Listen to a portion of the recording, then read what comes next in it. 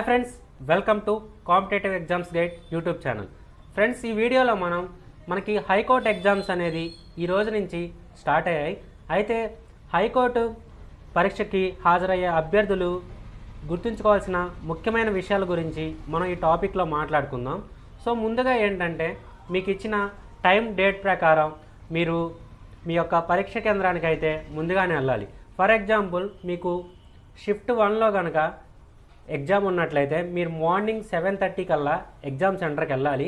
So మనకి 8:45 అనేది gate అనేది క్లోజ్ చేయడం జరుగుతుంది. కాబట్టి మీరు ఈలోపే ఎగ్జామ్ సెంటర్కి వెళ్ళడానికైతే ట్రై చేయండి. ఇంకా ఎగ్జామ్కి హాజరయ్యే ప్రతి ఒక్క అభ్యర్థి వచ్చేసరికి మీ యొక్క ఐడి కార్డ్ అనేది ఏదైనా తీసుకెళ్ళాలి. సో మీకు వచ్చేసరికి ఆధార్ కార్డ్ కానీ, పాన్ కార్డ్ కానీ, ఓటర్ కార్డ్ కానీ, లేదా డ్రైవింగ్ లైసెన్స్ కానీ any government recognised ID proof అయితే మీరు ఖచ్చితంగా తీసుకెళ్లాల్సి ఉంటుంది.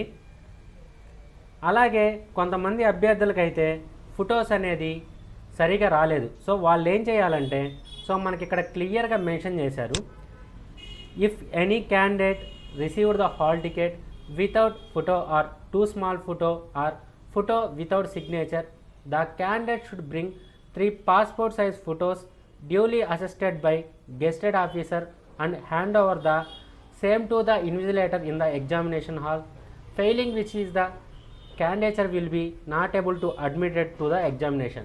అంటే మీకు ఫోటో కానీ సిగ్నేచర్ కానీ సరిగా రానట్లయితే మీరు 3 పాస్పోర్ట్ ఫొటోస్ అనేది ఎగ్జామినేషన్ సెంటర్కి వెళ్ళాలి.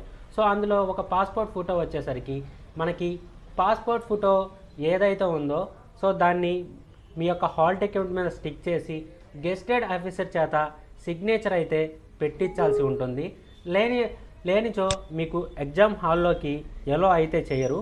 సో ఎగ్జామ్కి వెళ్ళే వాళ్ళు మాత్రం ఖచ్చితంగా ఈ టిప్ అనేది పాటించండి.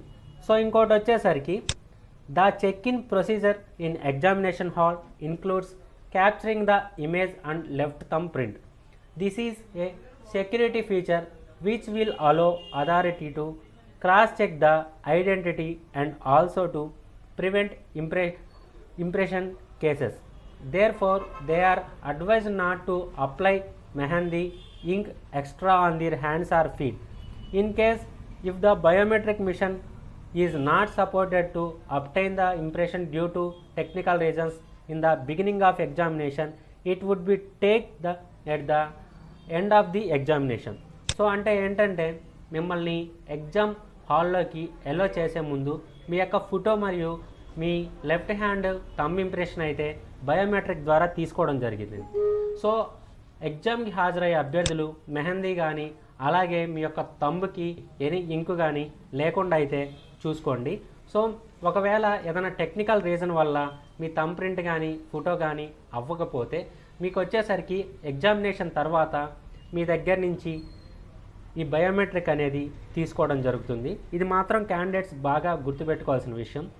అలాగే మీతో పాటు మీ యొక్క మొబైల్ ఫోన్స్ కానీ ఎనీ ఎలక్ట్రానిక్ డివైజెస్, క్యాలిక్యులేటర్స్ అలాంటివి అయితే తీసుకెళ్ళొద్దు. ఒకవేళ మీ మొబైల్ ఉన్నా కానీ మీకు అక్కడ సెక్యూరిటీ రూమ్ ఉంటుంది. సో మీరు అందులో ఇచ్చేసి అయితే ఎగ్జామ్ హాల్లోకి వెళ్ళాలి. అలాగే మనకి ఇంకా ఇక్కడ ఇచ్చిన ఇన్స్ట్రక్షన్స్లో వచ్చేసరికి, ఎగ్జామ్ హాల్లోకి వెళ్ళిన తర్వాత మీరు ఎలాంటి మిస్బిహేవియర్ కానీ పక్కన వాళ్ళని కదిలించడం కానీ ఇలాంటివి అయితే చేయొద్దు. ఇలా చేసినట్లయితే మిమ్మల్ని ఎగ్జామినేషన్ నుంచి తప్పించడమే కాకుండా మీ మీద ఎఫ్ఐఆర్ కూడా ఫైల్ చేయడం జరుగుతుంది. కాబట్టి ఎగ్జామ్కి వెళ్ళే వాళ్ళు ఈ టిప్స్ అయితే జాగ్రత్తగా ఫాలో అవ్వండి. సో ఎగ్జామ్స్కి హాజరయ్యే అభ్యర్థులందరికీ ఆల్ ద బెస్ట్. ఈ వీడియో మీకు నచ్చినట్లయితే లైక్ చేయండి, షేర్ చేయండి. అలాగే మరిన్ని వీడియోస్ చూడాలనుకుంటే మీరు చూస్తున్న వీడియో కింద కనిపిస్తున్న రెడ్ కలర్ సబ్స్క్రైబ్ బటన్ని ప్రెస్ చేసి ఈ ఛానల్ని ఇప్పుడే సబ్స్క్రైబ్ చేసుకోండి. Thank you.